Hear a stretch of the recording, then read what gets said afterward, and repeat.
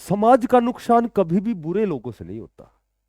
समाज का नुकसान तो तब होता है जब अच्छे लोग चुप रहते हैं। और दुनिया में कोई भी चीज अच्छी या बुरी नहीं होती है, केवल हमारे विचार ही उनको अच्छा या बुरा करते हैं। और जो समझदार लोग होते हैं वो केवल विचारों पर चर्चा करते हैं। और जो एवरेज दिमाग होते हैं, औसत दिमाग होते हैं, वे हमेशा घटनाओं पर चर्चा करते हैं। लेकिन जो मूर्ख लोग होते हैं वे हमेशा लोगों पर चर्चा करते हैं। नमस्कार प्यारे बच्चों। देखो, आज की एक अपडेट है स्टैट पर उन साथियों के लिए जिनका किसी कारणवश जो डिस्क्वालीफाई हो गया, या कह सकते हैं कि एक दो नंबर से जिनका स्टैट है वो क्वालिफाई नहीं हुआ। तो अभी देखो, चूंकि आपका रिजल्ट आ चुका है, और कुछ एक ऐसे कैंडिडेट थे, कुछ कैंडिडेट जो लगभग 1284 कितने कैंडिडेट का जो बायोमेट्रिक के बाद में जब रिजल्ट आया तो उनमें कुछ अंतर वो आप सबको पता ही है। तो उसमें वही था कि पहले जब आपकी आंसर की आई थी उसके बाद उसमें ऑब्जेक्शन लगे थे, ठीक है, जिनके एक या दो नंबर कम रह गए थे। तो संभवतः उनके जो ऑब्जेक्शन है वो कंसिडर कर लिए गए, तो इसलिए उनका क्वालिफाई हुआ। अब ऐसे भी कैंडिडेट हैं जो उस आंसर की के अकॉर्डिंग जिनके 90 या 92 नंबर बनते थे लेकिन वो डिस्क्वालीफाई हुए। तो ऐसे कैंडिडेट बहुत से हैं जिनके लगभग 88 नंबर हैं या 89 89 नंबर हैं। तो उनके लिए माननीय चेयरमैन साहब ने कहा कि एचबीएससी के जो चेयरमैन साहब हैं उन्होंने कहा कि भाई जिनका एक या दो नंबर कम रह गए हैं तो उनको उनको अवसर दिया गया है कि आप बिहाड़ी बोर्ड में जा करके और अपना निवेदन करें, जो भी आपका जो भी ऑब्जेक्शन है, कि भाई यदि आप बिल्कुल पूर्णतः ठीक है कि भाई आपके ये क्वेश्चन ठीक थे और इन क्वेश्चनों की वजह से इन क्वेश्चनों के ठीक होने के बावजूद भी हमारा जो एस्टेट का जो रिजल्ट है वो डिस्क्वालीफाई हुआ है, तो वो यहाँ भिवाड़ी बोर्ड में आके और अपनी जो भी निवेदन है या जो भी अपने एप्लीकेशन है वो दे सकते हैं। और यदि वास्तव में उनके आंसर ठीक हुए और वास्तव में उनके 90 नंबर हैं तो फिर उनको रिजल्ट में कंसीडर किया जाएगा, यानी कि उनका जो है वो स्टेट पास माना जाएगा। ठीक है। और उन्होंने ये भी कहा है कि आपने सुना होगा कि आपका जो एग्जाम है वो जनवरी में तय है 2025 का, क्योंकि 2024 का स्टेट का अभी एग्जाम हुआ था, वो डिले होने की वजह से, कुछ अपरिहार्य कारणों की वजह से वो एग्जाम है वो डिले हुआ था। तो अब आपका जो 2025 का है एग्जाम स्टेट का वो प्रस्तावित है। और वो प्रस्तावित है, उन्होंने कहा है कि भाई आपका जो अब 2025 का स्टेट का एग्जाम है वो जनवरी में लिया जाएगा। तो यदि जनवरी में आपका एग्जाम होता है तो जाहिर सी बात आपका जो 2025 स्टेट का नोटिफिकेशन बहुत जल्दी शीघ्रता शीघ्र आने वाला है, यानी कि दिसंबर में तो आना ही है। क्योंकि आजकल तो टेक्निकल ज़माना है, फॉर्म निकलने के बाद में 10 से 15 दिन के अंदर भी यदि चाहे तो एग्ज़ाम करवा सकते हैं। और अभी इतनी ज़्यादा व्यस्तता भी नहीं है, क्योंकि फरवरी के बाद में तो बोर्ड के एग्ज़ाम स्टार्ट हो जाएंगे। तो ये तो तय है कि आपका एग्ज़ाम 2025 का जो स्टेट है वो आपका जनवरी में होना प्रस्तावित है। और अब हम बात करते हैं, देखो, कि अभी फिलहाल सी टेट का भी आपका जो फॉर्म है वो भरे जा रहे हैं। लगभग इसकी डेट भी है, मेरे ख्याल से 27 नवंबर से स्टार्ट होकर के और 18 दिसंबर तक है इसकी लास्ट डेट।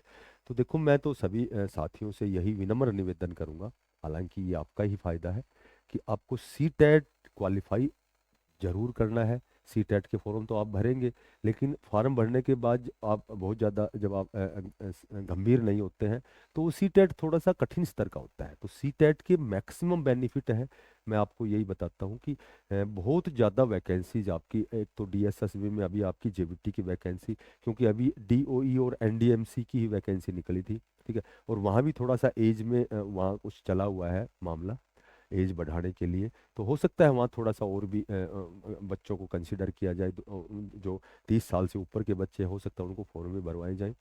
ये मामला ज़्यादातर बच्चों के पक्ष में जाने की प्रबल संभावना है।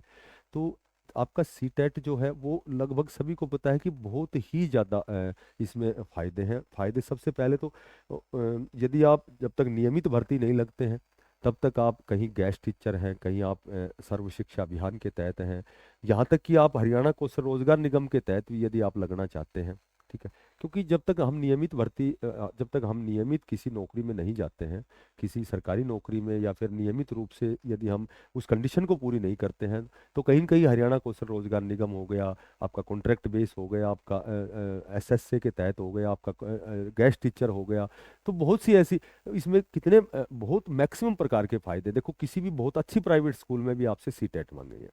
अदर स्टेट में यदि आप जाना चाहते, कोई भी अदर स्टेट में जब जाएंगे तो आपसे सीटेट मांगा जाएगा। ठीक है। यदि आप यूपी बिहार में भी सीटेट को कंसिडर किया जाता है, वहाँ की भर्ती देखोगे तो भी माना जाता है।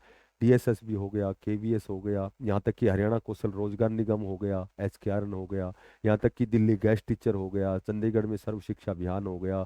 तो हर जगह आपके लिए सीटेट बहुत ही मैंडेटरी है। कई बार क्या होता है कि राज्य स्तर पर तो जो भी भर्तियां हैं वो कोर्ट केस की वजह से फंस जाती हैं, लेकिन जो सेंट्रल लेवल की जो भर्तियां होती हैं वो बहुत जल्दी त्वरित प्रभाव से होती हैं, बहुत जल्दी होती है। तो सीटेट आपके लिए एक आपकी पहली सीढ़ी है। जब तक उस सीढ़ी को पार नहीं करोगे आप अपना सपना साकार नहीं कर सकते।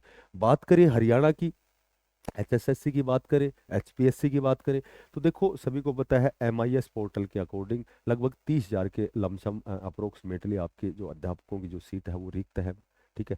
तो 30,000 तो मैं नहीं मानता कि 30,000 भर्ती आपकी होंगी एक साथ, लेकिन आपकी लगभग 16,000 की सुनने में आ रहा है कि 16,000 पदों पर आपकी जेवीटी, टीजीटी और पीजीटी की भर्ती होनी है। ठीक है। जेवीटी, टीजीटी, पीजीटी की भर्ती होनी है नियमित, क्योंकि कुछ 30,000 में से कुछ तो हरियाणा कौशल रोजगार निगम के तहत भरे जाएंगे। ये सभी को पता है कि भाई सरकारी भर्तियों में थोड़ा सा समय लगता है, समय लगते लगते 6 महीने भी लग जाते हैं, 8 महीने भी लग जाते हैं। तो एक बहुत जो सीधा मार्ग है, जो तुरंत प्रभाव से यदि अध्यापकों की रिक्वायरमेंट को पूरा करने के लिए हरियाणा कौशल रोजगार निगम एक बहुत अच्छा माध्यम है। तो अभी अभी बहुत से ऐसे भी बच्चे हैं जो कह रहे हैं कि भाई हरियाणा कौशल रोजगार निगम के तहत शॉर्ट लिस्ट के मैसेज भी नहीं आ रहे, कोई भर्ती भी नहीं आ रही। ठीक है।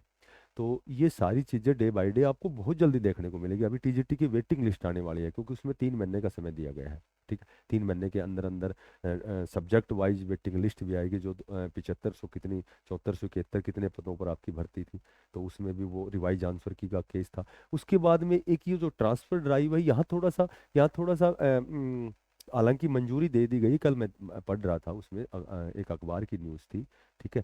तो उसमें भी वो जब ट्रांसफर ड्राइव, जब आपका वो प्रक्रिया जब पूर्ण होगी, उसके बाद में कहाँ कितनी सीटें वैकेंट है, उस हिसाब से आपके नियमित और हरियाणा कौशल रोजगार निगम के तहत वो सारी भर्तियां आपकी होंगी। तो बी पॉजिटिव, क्योंकि क्योंकि यदि देखो किसी समस्या का समाधान केवल हम पॉजिटिव होकर कर सकते हैं। और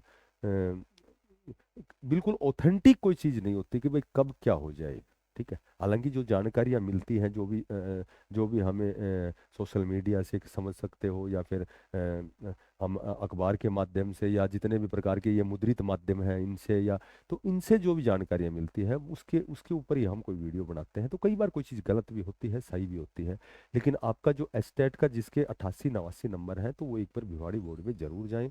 ठीक है। पहले भी बहुत से ऐसे रिजल्ट आए जब 1-2 नंबर का उनको बेनिफिट हुआ है, बहुत से ऐसे कई बार रिजल्ट आए हैं। तो 1-2 क्वेश्चन कई बार होता है कि 1-2 क्वेश्चन कई बार सही होते हैं, लेकिन वो हमारे गलत माने जाते हैं, कई बार गलत को सही। तो इस तरह की 1-2 नंबर का फायदा लगभग होता है। तो ये माननीय चेयरमैन साहब ने कहा है कि भाई अब जो बच्चा 1-2 नंबर से रहेगा और वो उसको पता है कि वो पास होने के लायक है या वो पास है, तो वो जा सकता है। यदि उसके पास कोई पुख्ता प्रमाण है, कोई क्वेश्चन उसका गलत सही या गलत किया गया, इस तरह की कोई चीज़ें यदि ऐसा लगता है तो आपको जाना चाहिए। और एस्टेट आपका बहुत जल्दी होने वाला है। और एस्टेट के बाद में हरियाणा की श्योर एंड सर्टेन आपकी नियमित भर्ती आएंगी।